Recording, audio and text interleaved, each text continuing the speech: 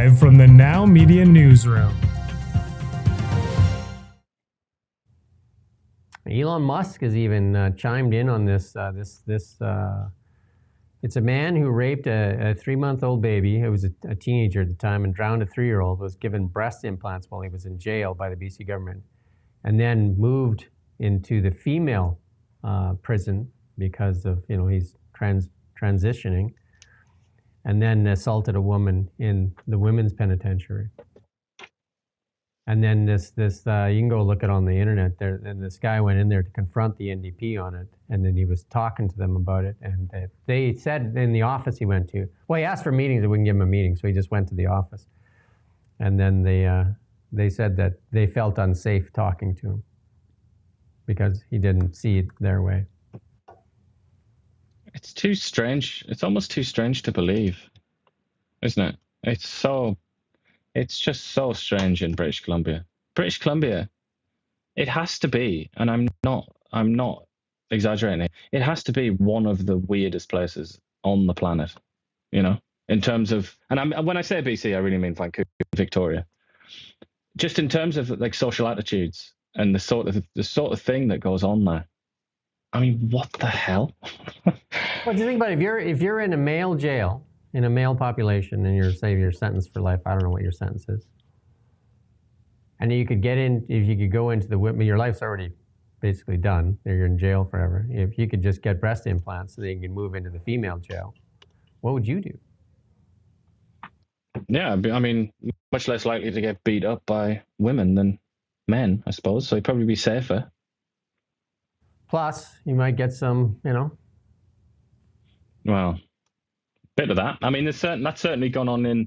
Look, isn't it funny how England is great and we learn everything from England, don't we? Apparently, Mark Carney keeps telling us, and all the ministers keep telling us how great England is. That like most of them went to university there. They want to go there and live like Chrystia Freeland, or they just want to be there constantly, like Mark Carney. Why aren't we following England on the trans thing then? Because in Britain, the Supreme Court ruled that a man is a biological male and a woman is a biological female. These organizations in Britain, like the Girl Guides, like Boy Scouts, everything, they're all now enforcing that sort of sex rules based on sex. You have to have been born a male to join the Boy Scouts. And why is Canada not following in that regard? I wonder. Like, why is Britain just like Britain's not cool then? We don't listen to them when they do things like that. And if you want some more comedy, here's Premier Eby on toxic drugs wreaking havoc on BC streets. Premier? We've opened involuntary mental health care in our prisons where many people are struggling who have addiction issues, brain injuries, mental health issues. We've identified a site in Surrey and a site in Prince George where we're working to open additional involuntary care beds. At 17 different hospitals across the province, we've either expanded or renovated involuntary care beds. So what the member says simply is not correct. We've opened 760 additional addiction beds, voluntary addiction beds in this province to provide people with the care they need. We've amended the decriminalization initiative to make sure that if someone's at home and they've overdosed, they feel secure calling for an ambulance. They're not worried they're going to lose their job, but to keep people safe in our parks and our streets by criminalizing public drug use. We're going to continue to do this work. This is not an easy issue. It's not an issue we're going to solve overnight. People are... Members. The drugs are... Members. Speaker, the drugs are more toxic than they've ever been. This recent batch was mixed with, I'm told, horse tranquilizer, Honourable Speaker. These drug dealers have no conscience. They have no shame, and they are killing their customers, Honourable Speaker. Stop there. Who would have thought drug dealers would have no conscience? Who would have thought, eh? Who would have thought that, that they're, And who would have thought when we catch them, they get barely any sentences, any punishment either? What does that make us then as a society? So if drug dealers are the worst of the worst, what does that make us if when we catch them, we barely punish them? Does that make us bad too? I think it might. It might make you bad, Mr. Eby. BC government announces new policy requiring medical witness for state-supplied opioid use. A medical witness will have to observe drug users taking opioid pills given to them by the BC government starting this month. The BC's NDP Health Minister, Josie Osborne, said this new policy, which will go into effect December 30, will save lives. Where have you heard that before? The BC government said there will be exemptions to this policy for people in exceptional circumstances, of course. You know, where you just were, in Japan, I'm sure you observed with your own eyes, but if you want to read the statistics as well, they don't have anything like this, like drug problem. And they also have extremely harsh punishments for people that deal drugs, as do many other countries in Asia. Yesterday, I emceed a Bitcoin event downtown at the Innovation Center, which is basically right downtown. And I had to park, a block and a half away, and it was 6 o'clock at night, 6 o'clock. Dark though already. And as you approach the darkest day of the year in December here. And I walked a block and a half. And sure enough, I met up with somebody that was not friendly and maybe not in the right mind. And, definitely threatening. And that's at 6 o'clock. I would not walk the streets in Kelowna at 3 p.m. or 3 a.m. willingly. I just wouldn't do it. I mean, I had a flat tire once and I continued to drive because at 3 in the morning, I continued to drive on the flat tire to get to work because I said, there's no way I'm going to be changing a tire in Kelowna in the middle of the night with my back to the road.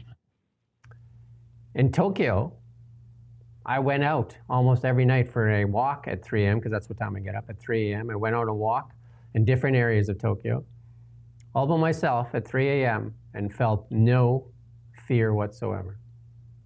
In the biggest city in the world as well, we should say. The largest city in the world. And there wasn't a lot of people in this, you know what I mean? I didn't see a lot of cops, I didn't see a lot of anything. And, there was people walking around, but it never once did I feel threatened or feel fear at all. In a strange city that I'd never been to before.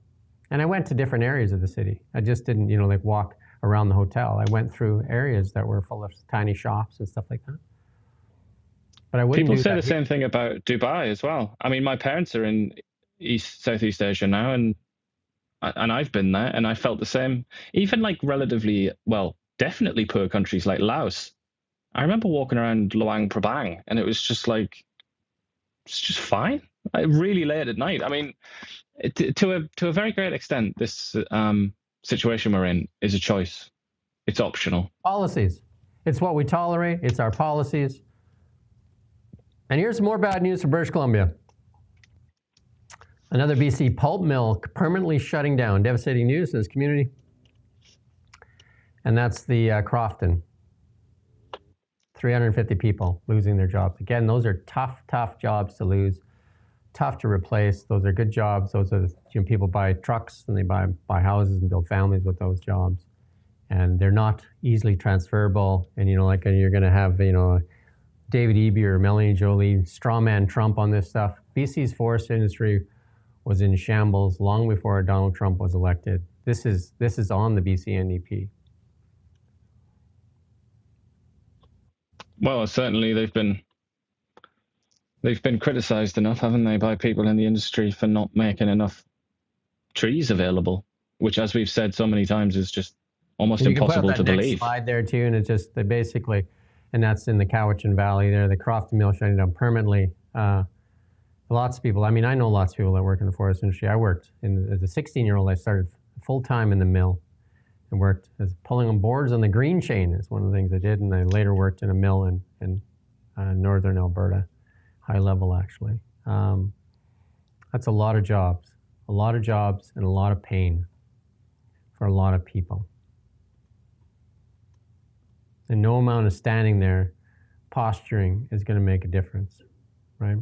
Like when. And it's not like there's a lot of jobs there either, is there? Like other industries to go into Cowichan Valley. I mean, there's tourism, but otherwise there's not.